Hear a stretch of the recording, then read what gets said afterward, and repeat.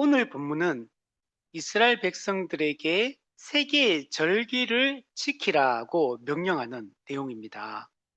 이 세 개의 절기는 무교절을 지키라, 맥주절을 지키라, 수장절을 지키라 이렇게 말씀을 하고 있습니다. 우리 14절에 보면 너는 매년 세 번, 매년 해마다 지켜야 되는 거죠. 매년 세 번 네 개의 절기를 지킬지니라.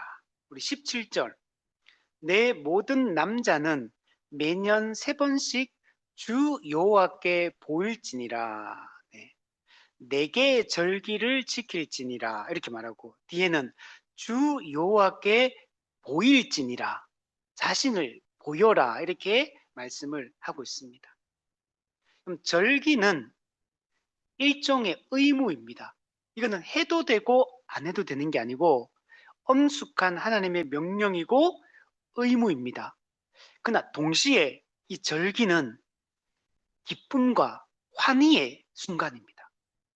이 절기를 지키는 이 기간은 하나님이 베풀어 주신 구원의 은혜에 대해서 기뻐하고 즐거워하고 함께 영광 돌리는 그런 날이 이 절기를 지키는 날입니다. 그래서 억지로 수행한 어떤 종교적 의무라기보다는 하나님이 우리에게 베풀어 주신 구원을 기억하고 기뻐하는 그런 축제 같은 날이 이 절기다라고 얘기를 할 수 있습니다. 이스라엘에게 하나님 주신 절기는 사실 오늘 본문에 나타나 있는 이 세 개의 절기만 있는 건 아닙니다.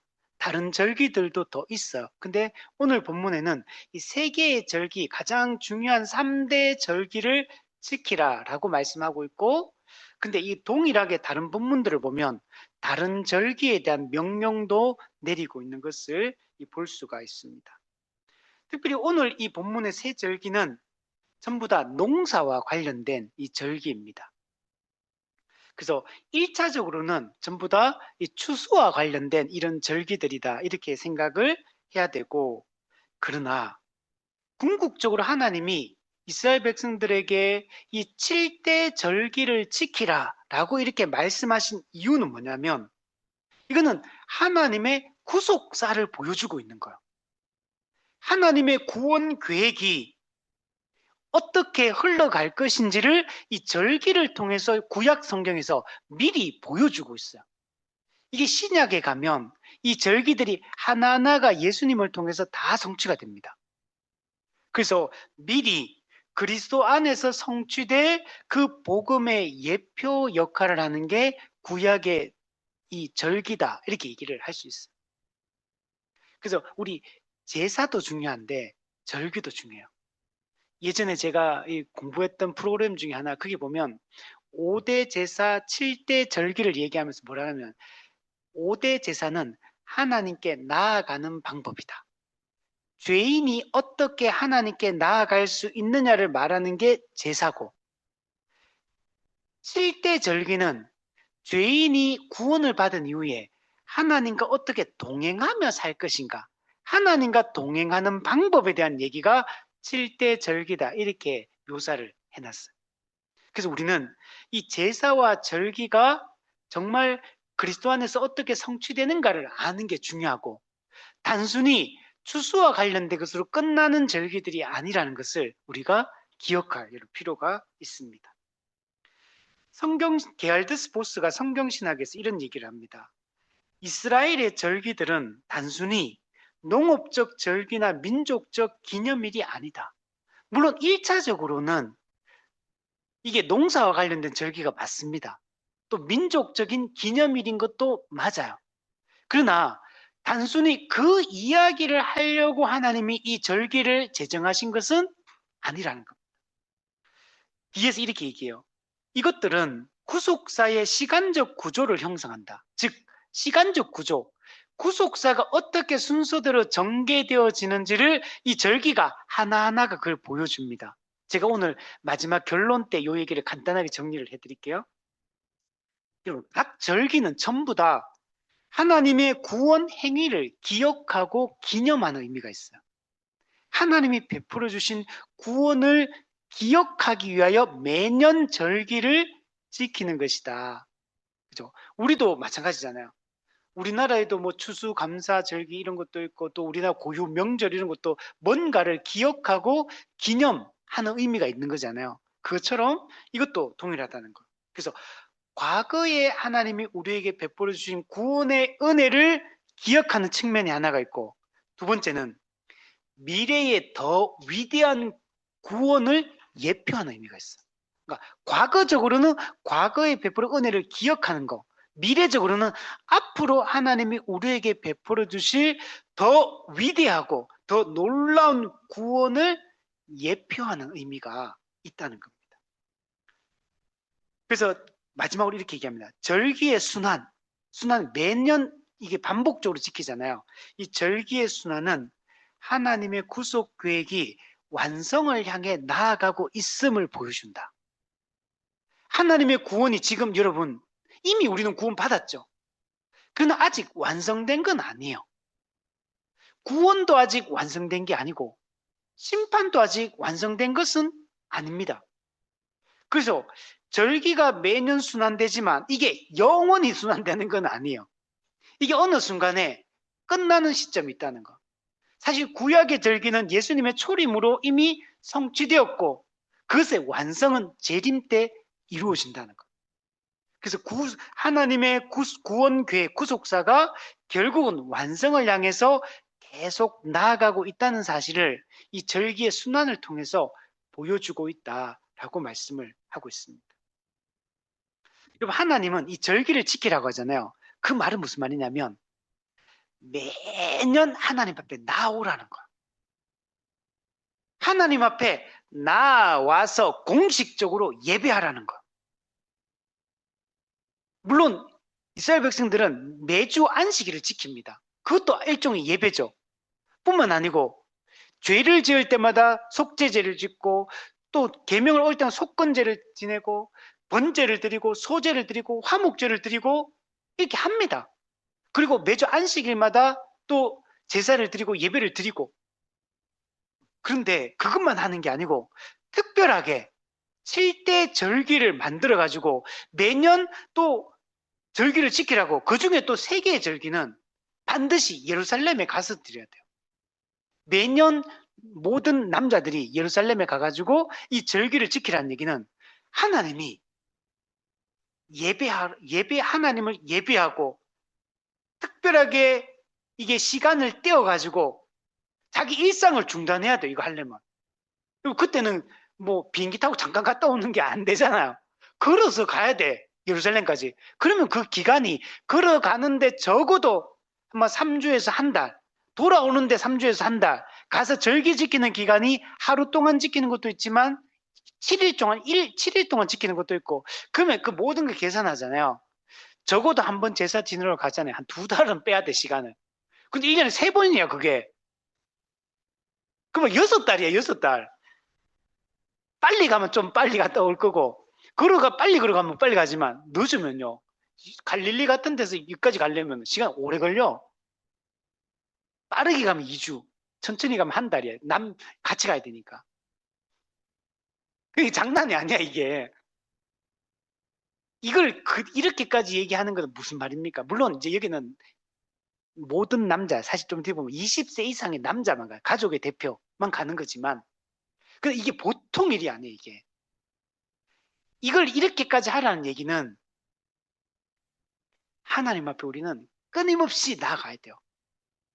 하나님을 끊임없이 예배하고 지속적으로 예배하고 반복적으로 예배하고 하나님 앞에 거의 엎드려서 살아라는 얘기예요. 하나님을 잊지 말라는, 계속 기억하고 죄 사함을 위해서 제사를 지내고 절기를 지키고 하나님 앞에 떨어져 있지 말라는 얘기라는, 공식적으로 또 개인적으로 예배하고. 이게 보통 일이 아니에요. 이게 어떤 마음인지 아시겠죠? 제가 설명을 잘 못하겠네. 이거 와닿게 설명해야 되는데 저는 이거 보면서 와, 정말 하나님은 우리가 진짜 예배드리기 원하시는구나, 진짜 하나님 앞에 나오기를 원하시는구나, 이 마음이 확 느껴지더라고요, 이게. 그래서 일상의 분주함에서 벗어나서 시간 자체를 거룩하게 구별해서 하나님과의 관계를 날마다 새롭게 할 것을 하나님께서 우리에게 원하고 있다는 거예요. 이걸 그래서 뭐라 했냐면 메투엘리는 이걸 공식적인 기회 이렇게 말해요. 이건 안 할 수 없는 의무니까 공식적인 기회를 줘가지고 하나님을 예배하라고 하는 거예요. 그러면서 메투엘리는 이렇게 합니다. 신약의 주일이 이 같은 원리에서 매주 반복되고 있는 것이다. 주일이 바로 이것의 반복을 보여주고 있다는 거예요. 우리도 매주 주일마다 공예배는 공예배라는 건 뭐냐면요. 반드시 이 조건이 충족돼야 돼요. 전체 성도가 모이는 것만 공예배입니다. 같은 공간에 같은 시간에 모여야지 공예배를 드리는 거예요. 근데 어느 교회? 돌아가면서 대구 투어합니까? 내가 속한 그 교회, 내가 세례받고 내가 등록되어 있는 그 교회에서 예배를 드리는 걸 공예배라고 하는 거예요. 그래서 우리가 정회원, 등록회원, 양육 이런 거 왜 하냐? 교회가 왜 학습을 하고 세례를 주고 등록이라는 절차를 왜 두느냐? 이 땅에서는 우리가 가시적 교회는 불완전한 교회고 제한적인 교회거든요. 이런 상태에 있기 때문에 반드시 내가 속해 있는 지역교회에서 전체 성도가 같은 시간에 같은 공간에서 같은 말씀을 듣고 같은 찬양을 부르면서 하나님과의 교제를 하고 성도와의 교제를 하는 걸 공예배라고 하는 거예요. 공예배. 그럼 우리 교회는 공예배가 언제입니까? 주일 예배인가 주일 예배. 사실 수요 예배도 드리지만 수요 예배는 모든 성도가 전체 같은 공간 드릴 수가 없잖아요, 지금. 그래서 지금 수요 예배는 우리 교회는 공 예배는 아니에요. 그러나 공 예배만 드려야 되는 건 아니거든요. 그래서 교회는 우리 헌법에도 보면 각 교회의 상황마다 예배를 만들어 가지고 새벽 예배, 수요 예배, 금요 예배, 아니면 목요 예배, 토요 예배, 뭐 어린이 예배 이런 거 만들어 가면 돼. 그러나 교회는 공예배는 주일이 돼야 되고, 그러면 주일에는 모든 성도가 그러잖아요. 그죠? 그럼 모든 성도에 누가 포함됩니까? 어른들만? 어린이도. 부모 중에, 우리 헌법에 보면 부모 중에 2명 다 믿든지 그 중에 한 명이라도 한편의 부모만 믿으면 그의 자녀는 하나님의 언약의 테두리 안에 있는 것으로 이해를 합니다. 이거는 성경에서 그렇게 되어 있어요. 그 성경에 보면 라합이라든지 루디아라든지 빌립보 간수라든지 보면요. 그 사실은 그 한 명이 예수 믿는 거잖아요. 그죠? 믿는 건데 그 사람 한 명이 그 사람이 믿음을 고백했는데 그 가족 전체가 구원을 받아 항상 보면. 왜냐면 그 자녀들도 언약의 자녀로 자손으로 인정하고 받아들이는 거. 그래서 여러분 유아 세례를 주는 거고. 그래서 그러면 어린아이들도 언제 예배를 드려야 됩니까? 어른들과 함께 예배 드려야 돼. 무슨 말인지 알겠죠? 분리 예배를 드리면 안 돼요. 여러분 이게 신학적으로 논리적으로 이해가 되나요? 이해 확실해요? 왜 어린이도 통합 예배를 드려야 되는지 이해가 되죠? 이게 공예배이기 때문에 그래요. 그 어린아이들도 언약의 자녀이기 때문에 같이 어른들과 함께 같은 말씀, 같은 예배, 같은 공간에서 같은 은혜를 받아야 돼. 그 안에 같이 노출되어 있는 게 중요한 거예요. 이런 걸 우리가 말합니다. 자, 이게 지금 이 절기들이 보여주고 있는 거다 이렇게 얘기를 하는 거예요. 자, 그럼 이거 하나씩 한번 살펴보면 14절 너는 매년 3번 내게 절기를 지킬지니라. 이거는 새 절기에 대한 하나님의 포괄적인 명령이에요. 이거는 사실은 지금 광야 시간이잖아요. 광야 생활을 하는 중이잖아요. 여기서 이걸 하라는 얘기가 아니에요. 언제? 가나안 땅에 들어가서 약속의 땅에 들어가서 하나님 나라의 그 영토에 들어가서 이제 거기서 정착을 해서 하나의 공동체, 하나님 나라를 이루어 살게 되는 거거든요. 지금은 과도기적인 모습이에요, 사실은. 그래서 그 가나안 땅에 정착하게 되면 매년 3번 3대 절기를 지키라고 명령하고 있어요. 레위기 23장과 신명기 16장은 여기 똑같이 나오거든요. 근데 신명기 16장에는 유월절, 오순절, 초막절을 지키라 이렇게 얘기해요. 오늘 본문에는 무교절, 맥주절, 수장절 이렇게 죠. 오순절과 맥주절은 똑같은 거예요. 수장절과 초막절은 똑같은 거예요. 근데 앞에는 오늘 보면 무교절인데 신명기는 유월절이라고 해요. 사실 유월절과 무교절은 하나의 그걸로, 물론 절기는 딴 겁니다. 구분은 되지만 이게 이 의미가 같기 때문에 붙어 있어요. 그래서 하나의 걸 취급하고 있고, 레위기 23장 같은 경우는 유월절, 무교절, 맥추절, 이 맥추절은 여기 맥추절하고 달라. 이건 초실절을 얘기합니다. 초실절. 그리고 오순절, 칠칠절, 맥추절 요거 같은 거고, 나팔절, 대속제일, 초막절 해가지고 이 모든 게 다 들어있어요. 그래서 이걸 지키라고 반복적으로 더 상세하게 세밀하게 여기서는 기록을 해두고 있습니다. 자, 핵심은 이거. 이스라엘 남자들은 매년 3번 절기를 지키기 위해서 예루살렘에 있는 성전을 향해 나아가야 된다. 이게 중요하다. 그러면 그 남자는 어떤 사람이냐면 민수기 1장 3절에 보면 싸움에 나갈 만한 사람, 인구 조사에 포함되는 사람을 얘기해요. 그럼 이게 어떤 사람이냐면 남자 중에 20세 이상의 남자들만 얘기합니다.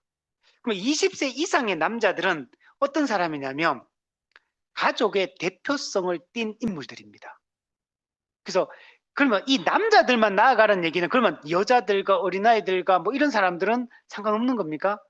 이들은 예배 안 들어도 됩니까? 그런 얘기가 아니에요. 그냥 대표성을 띠고 이들이 나아가는 거지만 사실은 언약 공동체 모든 사람이 여기 다 포함이 돼 있는 거. 그들은 단순히 대표라는 측면에서 나아가는 거지 그들만 해당하는 거는 아니다. 그래서 하나님은 우리 모두가 하나님 앞에 공식적으로 우리가 일상의 삶을 내려놓고 하나님 앞에 나와서 예배드리고 하나님을 높이기를 원하시는 겁니다. 하나님 교제하기를 원하시는 거예요. 자, 그리고 그러면 절기의 주인공은 누굴까요? 절기의 주인공은 절기를 지키는 사람일까요? 아니면 하나님일까요? 자, 오늘 본문에 보시면 우리 14절에 보면 4개의 절기를 지킬지니라. 4개라고 강조를 하고 있어요. 우리 17절에도 한번 보시면 17절 뭐라 그럽니까? 주 여호와께 보일지니라. 하나님 앞에 우리를 보이는 게 중요해요. 보이는 게. 근데 만약에 절기 지키러 예루살렘 안 오면 안 보이잖아요.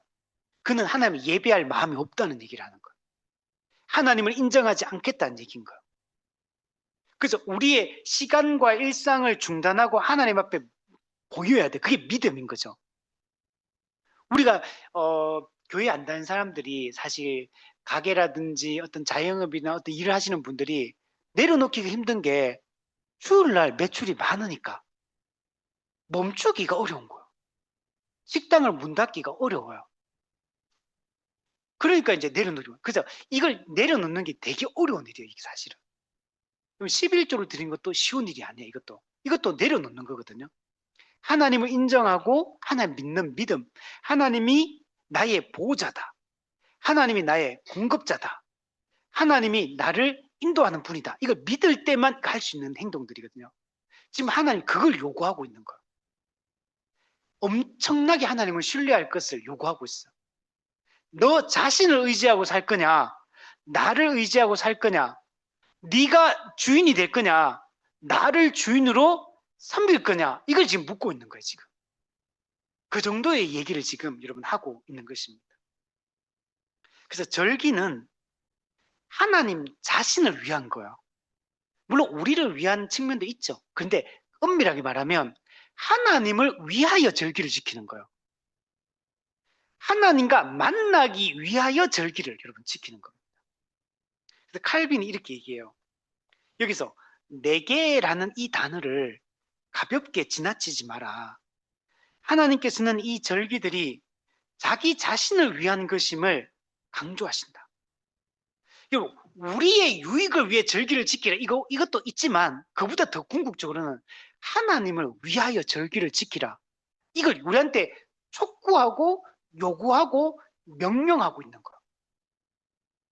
이스라엘 백성들은 절기를 자신들의 기쁨을 위해 지키거나 사회적 풍습으로 지키거나 다른 민족들처럼 자연신을 기쁘게 하기 위해 지키는 것이 아니다.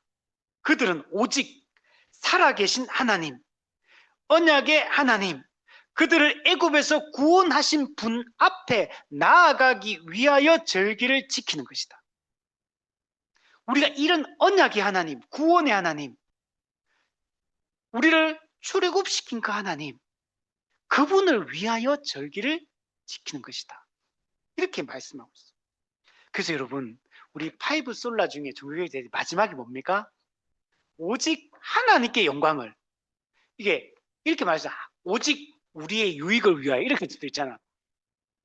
하나님은 그게 목적이 아니야, 궁극적으로. 물론 하나님께 영광이 되는 게 우리에게도 유익한 거예요. 하나님의 영광하고 우리의 유익은 이게 뭐랄까, 이게 정비례야, 정비례. 하나님의 영광이 되는 것만이 우리의 유익이 되고요. 우리의 유익이 되는 것은 다 하나님께 영광이 여러분 되는 거예요. 놀랍지 않습니까? 그 여러분, 이기적으로 내가 잘 되기 위해서라도 하나님을 위해서 살아야 돼. 진짜예요. 거짓말이 아니고. 경험적으로 생각해 보세요. 내 유익을 위해서 막 쫓아가 보세요. 이게 하나님, 그러면 인생이 잘 풀립니까? 나를 위해서 내 중심적으로 자기 중심으로 살아가는 사람이 잘 되는 경우는 없어요. 일시적으로 막 부자가 되고 잘 되는 것 같고 뭐 형통한 것 같아도 반드시 자기를 위해서 사는 사람들은요. 그게 결과적으로 그게 고통으로 자기에게 찾아옵니다. 하나님께 벌을 받든지 다른 사람과의 관계가 깨지고 사람들이 그 사람을 인정하지 않든지 사람들이 그 사람 싫어요. 자기를 위해 사는 사람들은. 사람은 진짜 귀신같이 알아. 자기를 위해서 사는지 남을 위해 사는지 저 사람이 순수한지 불순한지 사람들은 정확히 알거든요. 그 민감하게 그 사람의 그 마음들을 순수한지 저 사람이 정말 자기를 위해서 저렇게 하는지 나를 위해서 저렇게 행동하는지 알아요. 사람들은. 못 속이거든요. 사람은. 하나님은 더더욱 속일 수 없고. 그래서 정말 우리가 주를 위해서 살아야 돼요. 자, 그리고 매년 3번씩 매년 해마다 연간 주기로 반복이 되는 거예요. 이 말은 지속적이고 반복적으로 하나님을 만나야 된다는 걸 얘기하는 거예요. 천국에서는 이런 절기가 없어요, 여러분. 그죠? 늘 하나님 만나고 있기 때문에 이 땅에서 우리가 아직 타락한 존재고 죄성이 있기 때문에 매년 이렇게 공식적으로 일상을 중단하고 나아가는 이런 과정이 없으면 오늘날의 주일처럼 정기적으로 시간을 떼고 일상을 중단하는 이런 게 없으면 하나님을 생각하지 않고 기억하지 않는 거. 하나님 의지하겠습니까? 내 힘으로 다 되면 하나님 의지하겠어요? 안 된다는 거, 안 된다를 알면 하나님 앞에 내려놓고 나가야 돼요. 그럼 우리 안 되니까 이렇게 생각하지. 지금도 안 되는데 이거 내려놓으면 더 안 되지 않겠습니까? 지금도 돈 못 벌고 있는데 내려놓으면 돈을 더 못 버는 거 아닙니까? 이렇게 생각해요. 그렇지 않다는 거. 하나님은 그렇지 않아. 하나님은 30배, 60배, 100배를 주시는 분이에요. 하나님을 의지하고 하나님께 나아가면 희한하게 우리의 계산기하고 하나님의 계산기는 좀 다르게 생겼어. 하나님은 우리 계산기는 이게 뭐든지 내 수고의 결과로 원인과 결과로 모든 게 주어져요. 내가 수고 안 하면 안 주어져. 수고해도 안 주어져. 문제는 이 타락한 세상이라 가지고 수고한 만큼 오지도 않아. 근데 하나님의 계산기는 내가 수고도 안 했는데 막 주어져. 내가 수고한 것보다 더 많이 더 풍성하게 주셔. 하나님은. 이게 하나님의 계산법이에요. 하나님은 30배, 60배, 100배를 거둬요. 에베소 말과 우리가 기도하는 것보다 더 넘치도록 주시는 분이다. 하나님은 우리에게 약속하셨어요. 하나님 이런 거요. 우리 산술급수적으로 늘어난다. 기하급수적으로 늘어난다. 이런 말 있잖아요. 그죠? 산술급수적으로 1, 2, 3, 4 이렇게 올라가는 거예요. 기하급수적으로 올라가는 건데 2, 4, 8, 16, 32, 64 이렇게 128 이렇게 올라가는 거야. 우리 은행에도 보면 이 복리의 그죠? 복리의 효과 있죠. 복리. 가면 갈수록 막 더 풍성하게 커져가는 거야. 이게 하나님 우리한테 주시는 은혜인 거야. 그래서 우리는 매년 구원의 은혜를 끊임없이 반복적으로 기억하자. 그러면 나오라는 얘기는 그 나가 뭐 그 놀라는 얘기 아니잖아요. 하나님의 은혜를 기억하라는 거예요. 하나님이 누구인가를 기억하라는 거예요. 그래야지만 우리가 하나님을 신뢰하고 의지하고 살 수 있기 때문에 그렇습니다. 또 하나는 매년 반복하라는 얘기는 아직 모든 게 완성되지 않았다는 얘기를 하는 거예요. 완성되지 않은 이미와 아직 사이에 살고 있기 때문에 그렇기 때문에 더더욱 또 하나님께 나아와야 된다. 더더욱 또 매일 매순간 하나님을 기억하고 그분의 은혜를 사모하고 붙들지 않으면 은혜가 없이는 우리 살 수 없는 존재. 여러분 이거 진짜 기억하십니까? 진짜 생각 들어요? 전 나이가 들수록 이게 더 커지는 것 같아요. 희한하게. 나이가 들수록 무슨 해야 되냐면 진짜 내가 연약한 존재구나. 우리 아내한테 2번이나 얼마 전에 얘기했던 게 뭐냐면 저는 제 자신이 어떻게 되면 이때까지 나 그렇게 나쁜 사람이라고 제가 생각 안 했어. 솔직하게.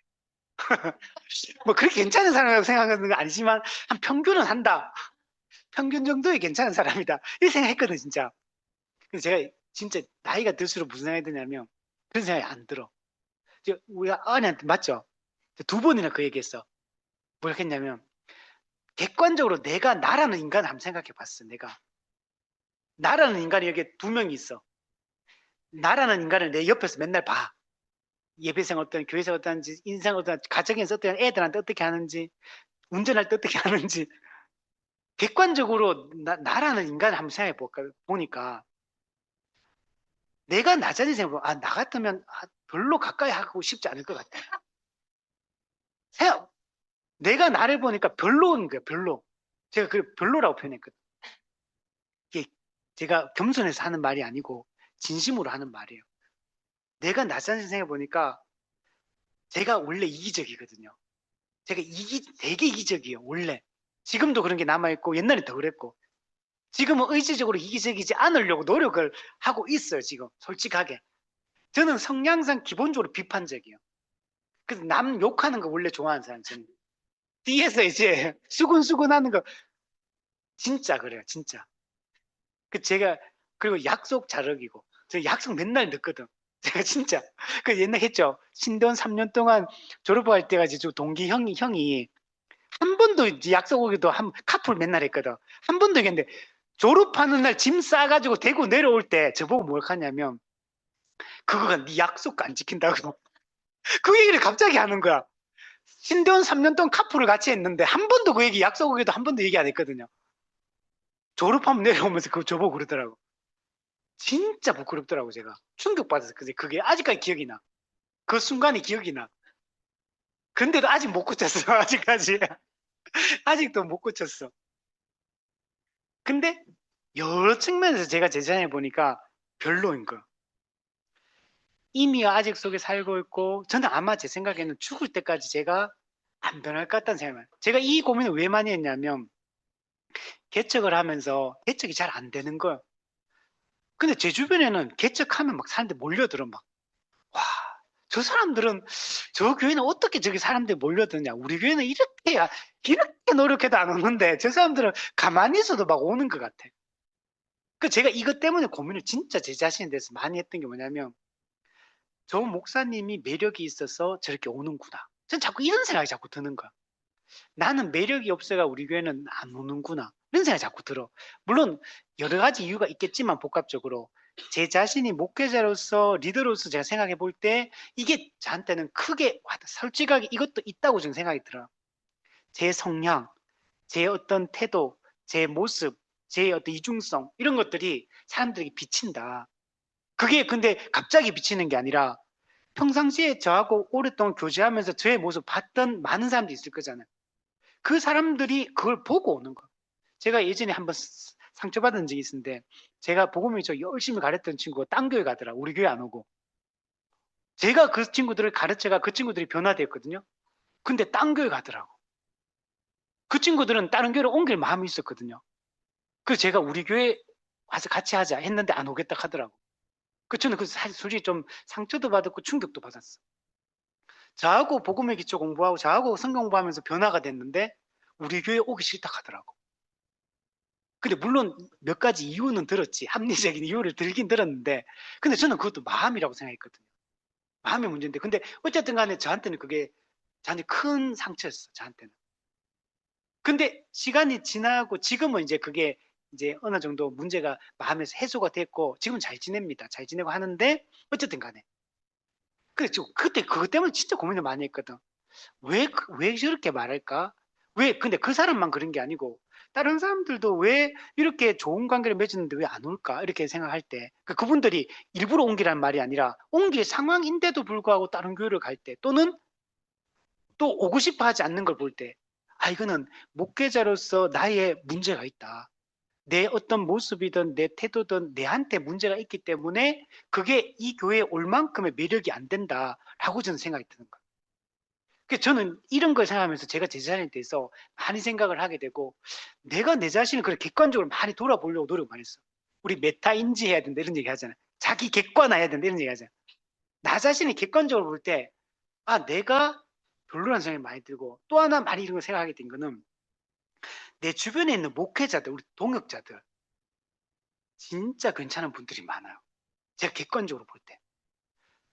진짜 순수한 마음으로 하신다고 생각이 드는 분들이, 저는 볼 때마다 나보다 이분 훨씬 훌륭하다라고 생각이 드는 부분들이 너무 많아. 이것도 진심입니다. 이런 거 볼 때, 야, 정말 내가 별로구나. 그래서 저는 요즘에 더 많이 생각하는 게, 진짜 은혜가 아니면 나는 정말 소망이 없구나. 이런 생각도 제가 더 많이 하게 되고, 그래서 더 정말 은혜가 필요하고, 근데 저는 이런 모습을 깨닫고 나서 고치려고 했거든요. 잘 안 고쳐져. 이렇게 생각하는데도 안 고쳐져. 와, 이건 도대체 뭔가? 이 완고함은 도대체 뭔가? 완고하고 이 완악함은. 이렇게까지 내가 나 자신을 하고 고치려고 그 노력하는데도 안 고쳐져요, 잘. 진짜 안 고쳐지는구나. 그래서 여러분, 매년 절기를 지키라고 하는 거예요. 매주 교회 오라고 하는 거. 저는 이게 진짜 이게 와닿더라고요. 그래서 우리는 날마다 매 순간 은혜를 갈구하고 은혜가 없이는 우리는 살아갈 수 없다는 걸 우리 믿어야 된다. 15절. 오늘 시간이 되게 빨리 가네요. 아무래도 오늘 15절까지만 하고 우리 다음 주 뒤에 거 할게. 뒤에 거 너무 좋은 내용이 많아가지고 제가 준비를 많이 했는데, 자, 15절까지만 할게요. 오늘 15절에 보면, 너는 무교병의 절기를 지키라. 즉 무교절을 지켜라, 이렇게 얘기를 하고 있습니다.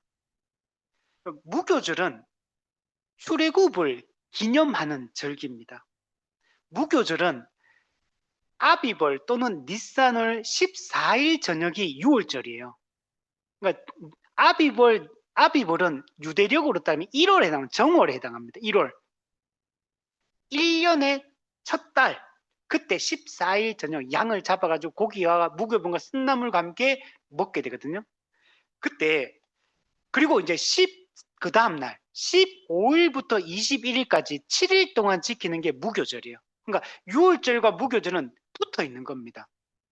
심지어 그 무교절이 시작되는 15일부터 27일인데 그 15일, 그러니까 6월절 다음날 15일은 무슨 날인지 아세요? 초실절이에요. 이때 보리추수를 처음으로 하는 날이에요. 초실절. 그러니까 세 개의 절기가 사실은 붙어 있어. 자, 이렇게 절기가 진행이 됩니다. 자, 어쨌든 간에 무교절은 아비벌 정월 15일부터 21일까지 일주일간 무교병을 먹는 날이에요. 무교병은 누룩이 없는 떡을 얘기합니다. 이걸 먹으면서 하나님이 우리를 출애굽시켜 주시고 우리를 구원해 주신 그 은혜에 감사하는 이 축제로 지키는 절기가 무교절입니다. 무교병, 이거는 누룩을 넣지 않아요. 그 밀가루에다 누룩을 안 넣어도 됩니까? 빵이 납작한 거야, 이렇게. 납작하게 이렇게. 구운 빵입니다. 이거는 뭘 보여주냐면, 출애굽할 때 이스라엘 백성들이 엄청 급하게 나오거든요. 이 긴급하게, 급하게 막 나옵니다. 우리 출애굽기 12장 8절과 11절에 보면 이런 말씀이 있어요. 그 밤에, 즉 6월절 밤에 그 어린 양의 고기를 불에 구워 무교병과 쓴 나물과 아울러 먹되 너희는 그것을 이렇게 먹을지니 허리에 띠를 띠고 발에 신을 신고 손에 지팡이를 잡고 급히 먹어라. 깊이 먹으면서 탈출을 했거든요. 이것을 기억하며 지금 여기서도 이 누룩이 없는 무교병을 먹으면서 일주일 동안 이것을 기억해라. 하나님이 어떻게 그 애굽이라는 강력한 대제국, 그 당시에 그 파라오 그 왕의 그 강력한 권세 가운데 하나님이 그들을 어떻게 초토화시킵니까? 10가지 재앙을 통해 애굽 왕과 애굽 백성과 애굽의 문화와 애굽의 신들을 그냥 박살내버리는 거. 그리고 그들을 구출해냈잖아요. 홍해를 가르면서 그들을 구출해냈잖아요. 그들의 신들을 패배시키면서 그들을 구출해낸 거. 이것을 기억하면서, 이 은혜를 기억하면서 이 절기를 지키라고 얘기를 하는 겁니다. 그러니까 이걸 단순한 그냥 의식을 그냥 우리가 우리 사실 절기라는 게 마음 없이 할 수도 있잖아요. 그냥 행사처럼, 의식처럼 이렇게 할 수 있잖아요. 그렇게 하지 말라는 거예요. 무교병의 절기를 지키라고 하는 이렇게 명령을 할 때는 이걸 마음으로 깊이 붙들으라는 거예요. 그냥 행동으로 그냥 형식적으로 해라 이런 얘기를 하는 게 아니고 마음 깊이 이 하나님의 구원의 은혜를 묵상하고 이것을 마음에 새기고 마음으로 붙들으라 이렇게 얘기를 하는 거예요. 이 무교병을 먹으면서 구원의 은혜, 출애굽의 기억을 마음에 붙들으라 이렇게 얘기하는 거예요. 신약 시대 때 이게 똑같은 게 의식이 있어요. 뭘까요? 성찬식이에요. 성찬식이 그리스도의 십자가 죽음, 그 그리스도의 죽음의 그 은혜를 마음으로 꼭 붙드는 작업을 하는 게 뭐냐면 성찬을 거행하는 거예요. 그리스도의 그리스도의 살과 피를 먹고 마심으로 우리가 새 생명을 얻는 겁니다. 이 떡과 잔을 마시지 않는 자는 나와 상관이 없느니라. 이 은혜를 의지해야 돼요. 그래서 우리 권사님 아직 양육 회원이어서 등록 회원이 아직 아니어서 성찬식에 참여 못해서 제가 매번 할 때마다 되게 죄송하기도 하고 막 그런 마음이 막 있어요. 이 은혜가 성찬의 은혜를 권사님도 누리고 또 우리 하늘이 사랑이도 입교를 해야 되는데 입교하면 이제 성찬의 은혜를 같이 누릴 수 있잖아요. 같이 누렸으면 좋겠다. 다 같이 이런 마음이 되게 커요.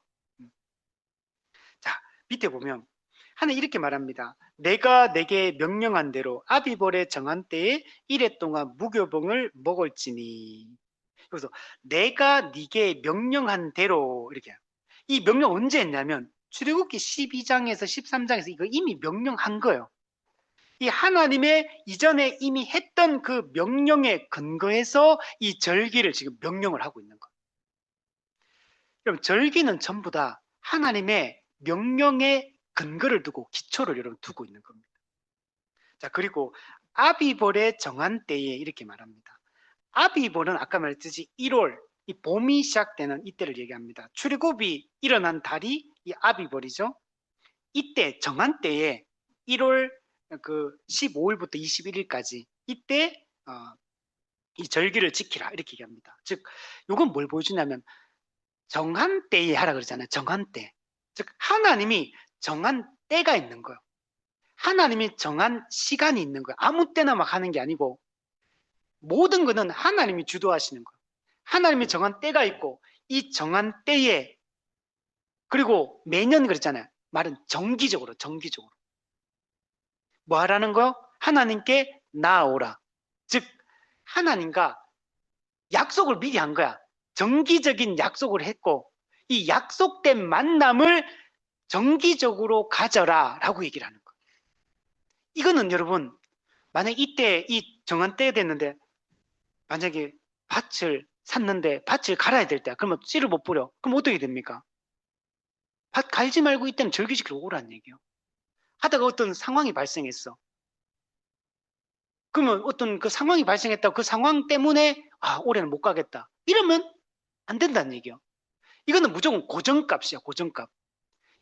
매년 남자들이 절기를 지키는 고정값을 이거는 정해놓은 거. 이거는 하나님 앞에서 정한 약속의 시간, 약속된 만남을 가지는. 이거는 매번 즉흥적으로 약속을 갖는 게 아니에요. 이거는 그냥 죽을 때까지 그냥 정해진 거야. 이거는. 신약의 오늘날 우리 주일 예배, 공예배도 마찬가지예요. 이거는 정해진 시간이야. 그냥 하나님이 그냥 정한 시간이에요. 이건 내가 내 상황에 따라 조정할 수 있는 게 아니에요. 그냥 하나님과 나하고 약속한 거야. 이거는 교회와 약속한 것도 아니고 성도와 약속한 것도 아니고 하나님과 나하고 약속된, 우리가 세례받고 그분의 백성이 되는 순간 그냥 하나님과 매주 7일 중에 하루는 정기적으로 하나님과 약속이, 만남이 이미 결정되어 있는 거야. 이거는 무슨 말인지 알겠죠?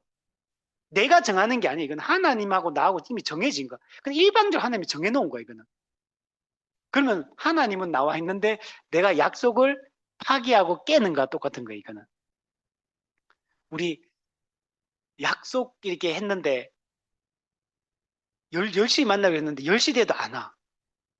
30분 돼도 안 와. 1시간 돼도 안 와. 연락도 없어. 그럼 어떻습니까, 우리가? 그리고 우리가 주일 예배나 이런 매년 이스라엘 백성들 안식을 안 이게 절기를 안 지키는 건 그런 거예요. 하나님은 나와서 기다리고 있는데 그 약속을 내가 일방적으로 파기한 거예요. 이만큼의 무게감을 가지고 있는 거예요. 그래서 이 하나님의 정한 때라는 말이 되게 중요한 겁니다. 이거는 즉흥적인 시간 약속이 아니에요. 이거는. 자, 그리고 무교절을 지키라고 명령한 이유를 얘기해 줍니다. 그 달에 이스라엘 백성들이 애굽에서 나왔기 때문이다. 무교절을 지켜야 될 신학적 근거를 얘기해 주고 있는 겁니다. 애굽에서 나왔다. 출애굽했다. 죄의 노예 상태에서 벗어나게 되었다. 나왔다가 중요한 거예요. 이건 이미 완료형 동사, 완료된 거, 완료. 출애굽은 진행되는 과정이 아니에요. 이미 완료된 사건. 우리의 구원은 이미 완성된 사건이에요. 아니, 이미 성취된 사건. 그래서 우리는 이 무교절, 유월절을 지키면서 하나님이 우리에게 주권적으로, 일방적으로 베풀어 주신 구원의 은혜를 기억하고 그분께 예배드리는 것이 우리에게는 중요하다는 것. 신명기 26장 8절에 보면 여호와께서 강한 손과 편팔과 큰 위엄과 이적과 기사로 우리를 애굽에서 인도하여 내셨다. 이미 인도해 내신 거고 우리는 거기서 이미 벗어난 거예요. 우리는 애굽의 노예 상태, 죄의 노예 상태 이미 풀려난 사람이다. 예수 그리스도께서 화목제물을 대심으로 말미암아 하나님의 진노에서 우리는 이미 벗어난 사람들, 하나님의 진노가 이미 제거된 사람들이다. 우리의 신분과 우리의 존재됨을 깊이 우리가 기억해야 되고, 어떻게 우리가 이런 존재가 되었느냐? 예수 그리스도를 통한 하나님의 은혜로 이렇게 되었다라는 걸 우리가 기억할 필요가 있는 겁니다.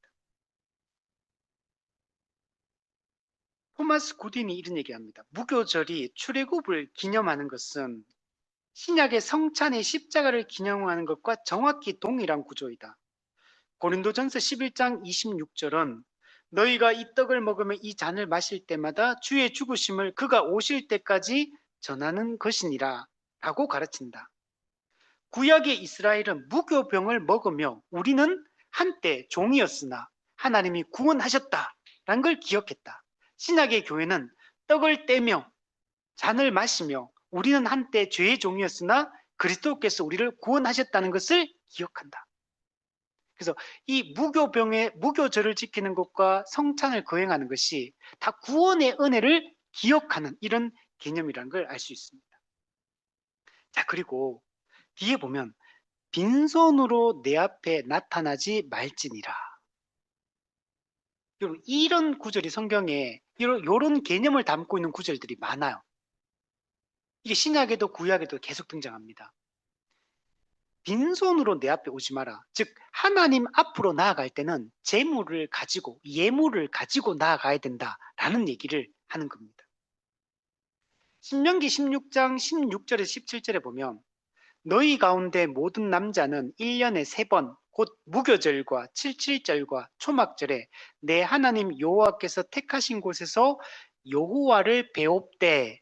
자, 여기도 보면 모든 남자가 1년에 3번이요. 어디서? 여호와께서 택하신 곳에서. 장소까지도 지정해 놨어요. 아무 데서나 할 수 있는 게 아니에요. 예루살렘에 가서 성전에 하나님 앞으로 나아가서, 회막 앞으로 나아가서 여호와를 배웁되. 여호와의 얼굴을 대면하고 배워야 된다는 거예요. 근데 이때 빈손으로 여호와를 배웁지 말고, 빈손으로 여호와를 배웁지 말고 각 사람이 내 하나님 여호와께서 주신 복을 따라 그 힘대로 드릴지니라. 여러분, 신약의 헌금의 원리가 그대로 다 드러나 있어요. 자, 우리는 택하신 곳에서 정한 시간에 정기적으로 여호와를 배워야 돼요. 얼굴을 대면해야 됩니다. 근데 빈손으로 배우지 말라. 그러면 그 빈손으로 배우지 말고 어느 정도로 해야 되냐면, 하나님께서 각 사람에게 주신 복을 따라, 여호와께서 주신 복을 따라. 그러면 우리가 만약에 적은 물질을 얻었다 그러면 적게 내는 거죠. 많이 얻었다 더 많이 내야 돼. 무슨 말인지 알겠죠? 우리 국가 같은 경우도 세금 낼 때 어떻게 합니까? 많이 번 사람은 더 많이 내도록 하고, 적게 면 적게 내도록 하고, 없는 사람은 국가가 세금을 안 받아 아예. 근데 국가가 돈을 더 지원해줘. 그죠? 저도 세금이 없습니다. 세금 내고 싶은데 세금을 안 받아주더라고, 국가가. 제 세금 신고했거든요. 근데 세금 낼 게 없어. 더 주시더라고. 주더라고, 아, 얼마나 좋은지. 그죠? 근데 많이 버는 사람은 세금을 더 많이 내는 거죠. 그게 공평한 거예요. 하나님은 그렇게 모든 사람이 다 살 수 있도록 길을 열어주시는 겁니다. 자, 그리고 어떻게 그 힘대로 이게 고린도후서 8장에 보면 바울이 이 얘기를 헌금의 원리를 얘기하거든요. 거기도 보면 힘대로 자원해서, 근데 또 하나가 더 나와요. 힘에 지나도록. 이게 두 랩돈 생활비 전부를 예수님께 바쳤던 그 원리와 똑같아요. 힘에 지나도록 자원하여, 거기 보면 풍성한 연보를 드렸다. 풍성한. 이걸 드림으로 어떻게 되냐면, 부족한 사람이 있고 넘치는 사람이 있잖아요. 그러면 이게 어떻게 되냐? 평균이 되는 거. 보충해가지고 균등케 한다. 그래서 모든 사람이 균등해지니까 모두가 잘 살 수 있는 게. 지금은 양극화되어 있으니까 못 살아. 근데 하나님의 원리는 많이 번 사람이 많이 내니까 이게 균등케 돼가지고 다 같이 잘 사는, 이게 초대교회에 실현된 거예요. 그래서 초대교회는 가난한 사람이 없는 거예요. 교회의 하나님 나라가 성취가 된 거죠. 이루어진 거죠. 이게 우리가 살아가야 될 방법이다. 칼빈이 이 본문을 이렇게 해석합니다. 빈손으로 내 앞에 나타나지 말라는 명령은 두 가지 진리를 가르친다. 첫째, 예배는 반드시 헌물을 수반해야 된다. 예물을. 근데 이 예물이란 건 어떤 거냐면 여러 가지 의미가 있거든요. 첫 번째는 이것은 우리가 하나님께 전적으로 의존해 있으며, 우리는 독립적인 존재가 아니다. 우리는 하나님께 의존해 있는, 그분에게 붙어서 살아가는 존재.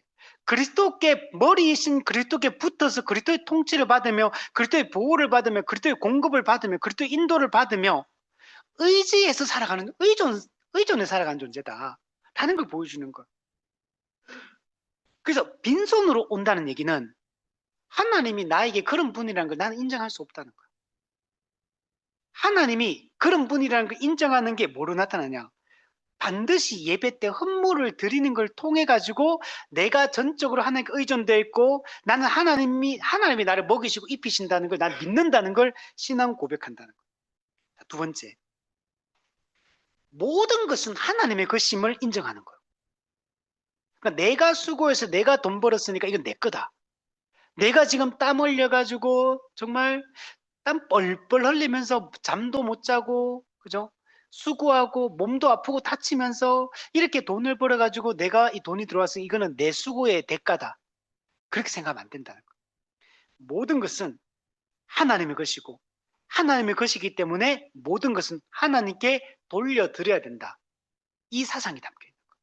그러니까 돌려드린다는 말이 하나님의 것을 인정하고 하나님 뜻대로 사용한다는 말을 하는 거예요. 청지기로서. 그러니까 나를 위해서 내 마음대로 사용한다는 말이 아니라 하나님이 나한테 주셨고 나는 하나님의 뜻대로 이것을 사용한다.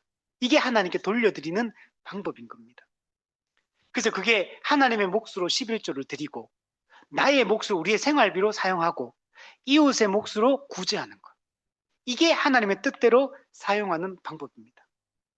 두 번째는 빈손으로라는 표현은 더 깊은 영적 진리를 내포한다. 하나님 앞에 나올 때 우리 자신의 의를 손에 들고 오지 말아야 한다. 자기 의를 들고 오지 말아야 한다. 오직 그리스도의 의라는 선물만이 우리가 드릴 수 있는 진정한 헌물이다. 야, 저 이거 보고 깜짝 놀랐어요. 이 개념을 몰랐거든요. 이거 보면서 알았는데, 우리가 하나님께 드리는 예물이랄 때 물질적인 게 우선 되게 중요합니다. 그래서 그게 11조나 감사헌금이나 예배헌금을 드리는 것으로 나타나야 되는데, 그것만이 아니라 우리가 하나님께 드릴 수 있는 헌물이 또 뭐가 있냐면, 자기 의를 의지하지 않고 그리스도의 의를 의지하는 이 자체가 하나님께 드리는 예물이라는 거야, 이게. 우리의 이 올바른 생각과 하나님의 복음의 이 은혜를 인정하고 이걸 믿고 굳게 붙들고 있는 그분을 그렇게 인정하는 그 자체가 하나님께 드린 이걸 헌물이다. 이렇게 칼빈은 얘기하고 있다는 거예요. 와, 놀랍지 않습니까? 올바른 복음을 붙들고 살아가고 그분을 인정하는 이 삶 자체가 그분께 드리는 예물의 역할을 하고 있다. 이렇게 얘기를 하고 있습니다. 무교절은 유월절과 분리될 수 없습니다. 유월절 어린 양의 피로 말미암아 우리는 구원을 받았습니다. 세상 죄를 지고 가는 하나님의 어린 양이신 예수님께서 피를 흘리심으로 우리는 죄 문제가 해결될 수 있게 되었습니다.